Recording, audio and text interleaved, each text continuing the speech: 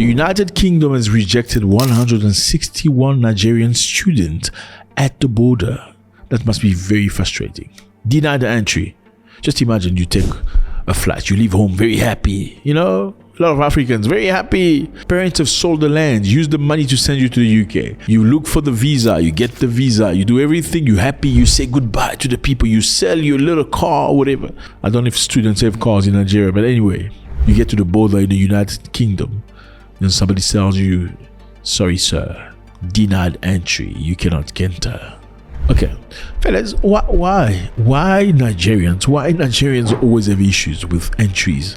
Let's talk about this, okay? Why Nigerians? So between 2021 and 2023, 1,425 international students were admitted at UK university. So 1,425 students were admitted. And out of them, many were denied visas. And amongst those denied visas, 161 were Nigerians who were returned away upon arrival, according to data obtained from the UK Home Office through the Freedom of Information Act. It's crazy. Let me just remind you, a few days ago, we made a video speaking about how South Africa refused visa to Nigerian basketball player under the age of 18. What is this? Is it karma? Is it a curse? Is it bad reputation? Do these immigration people have knowledge of something that we don't, or something? Why Nigerians are always stopped at airport, at hotels, at immigration offices? Why?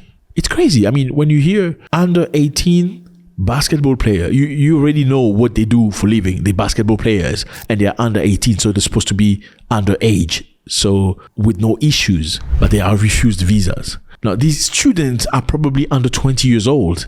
Okay, 161 young students from Nigeria go to the UK and they get a refused entry.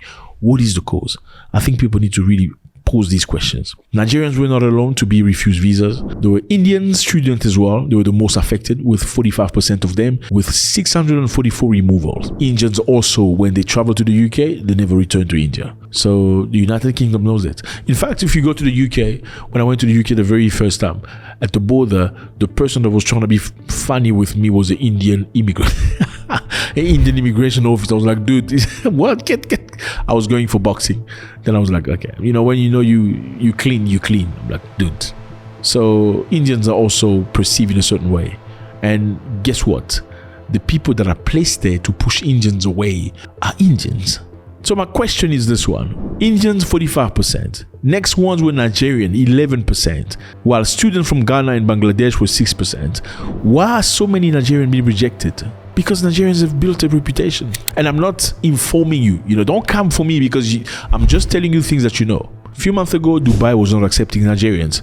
There was no visa allowed for Nigerians. Many Nigerians that landed in Dubai were sent back to Nigeria by force. A few months ago, Saudi Arabia returned Nigerians back to Nigeria. They had visas and these people went to pray. But Saudi Arabia said, return, go back to Nigeria. Why is that? Why don't South Africans like Nigerians? I'm asking you a question and I want to understand. Don't Nigerians like Nigerians? I mean, to be honest with you, if you go on TikTok, you may see some other countries, but the country you will see the most people talking about, oh, this is what you do if you want to go to that country. No, don't go to that country. You must not go to Czech Republic. There's a way to go to Norway. It's usually a Nigerian man explaining on how to go to another country. And I can understand there's lots of people living in Nigeria. Life is not very easy. Competition is very hard. There's a lot of men and not a lot of women. And women in Nigeria have very high standard when it comes to money. The men must earn a certain amount of money for you to have potential. Yeah, you need to have a level of something. So you can't really choose. A Nigerian man cannot really pick and choose a woman in Nigeria like they can pick and choose in Uganda or South Africa. Because women in Nigeria have very different standards. You must have this, you must have that for me to look at you. It's not easy. So how do we fix this? My question is very simple. Are all these people wrong about Nigerians? All these countries that are asking them to return? All these countries that are questioning them at the border? Are they all wrong about something? Or is there something they know we don't know? Let me know how you feel about this.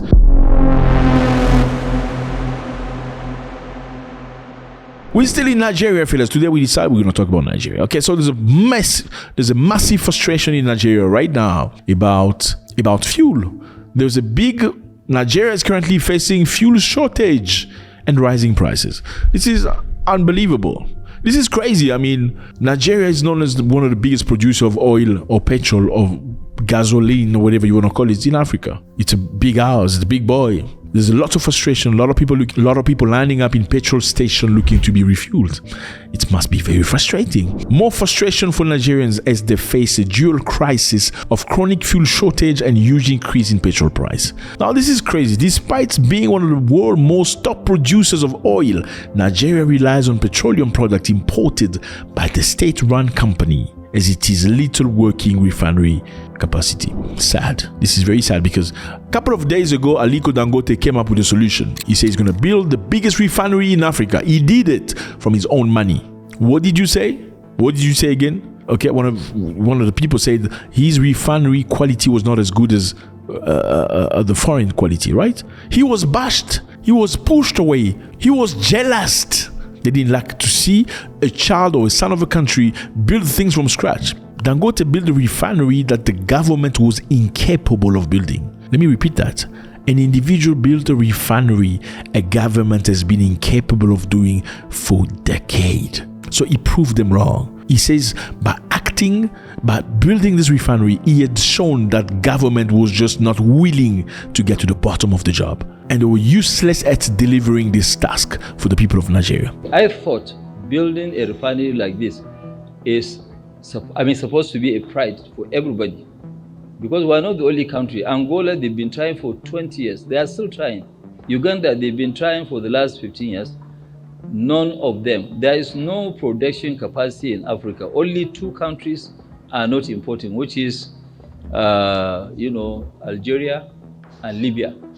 Apart from this, everybody is an importer. We cannot continue to be slaves. What was the goal of Dangote? He said, if I get to refine oil from Nigeria, we will provide at a very cheap price oil for Nigerians. No, they didn't want that. After he finished building his refinery, they refused him to buy oil or crude oil from his country. All Dangote needed was crude oil so he can refine and sell to the people. They refused him to do that. Look at them now. Now you tell me colonization is the problem. White people are the problem. The reason why Africa is not progressing and advancing is because America creates this. No, this is trash. If you can't love each other in Nigeria, how can you transfer your love in other countries? You see why people don't want you in their countries. I'm just being honest with you. You can hate me all you want. I'm going to tell you the truth. This is absolutely insane. You have oil. You have it in your country. And one of your sons has stood up to build up something strong, sustainable for all of you guys so you can have a better life than everybody else. No, your own people refuse to allow him. He's going to have monopoly. Well, you can give somebody monopoly for a while. South Korea was built out of monopoly. Samsung was built out of a family. They were supported by a government until they reached a level where they were too big. Then there were sections with limitations, but they were initially funded by government because they had the skill. The government acknowledged that family skill. They gave them many things. It's not limited by Samsung.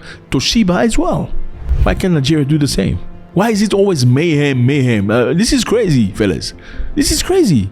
Let me know how you feel about this. 161 young boys or girls, students, they received the visas. These boys got visas.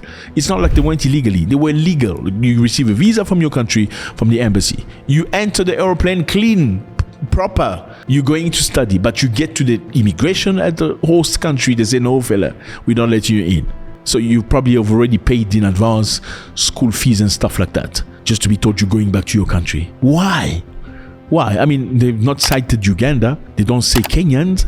They don't say Tanzanians. They don't say South Africans. They don't say Gabonese. Only Nigerians. Why? Crazy. Frustration. People are looking for fuel. The country has crude oil. Why can't just people work together? Why do you lack chiefs? Chief, why? Get people to be nourished so they can... Why do you need chiefs? You don't need chiefs. You need everybody to be respected, equally get what they deserve. There's no such thing as chief giving everybody. That is slavery. God bless. Not be angry.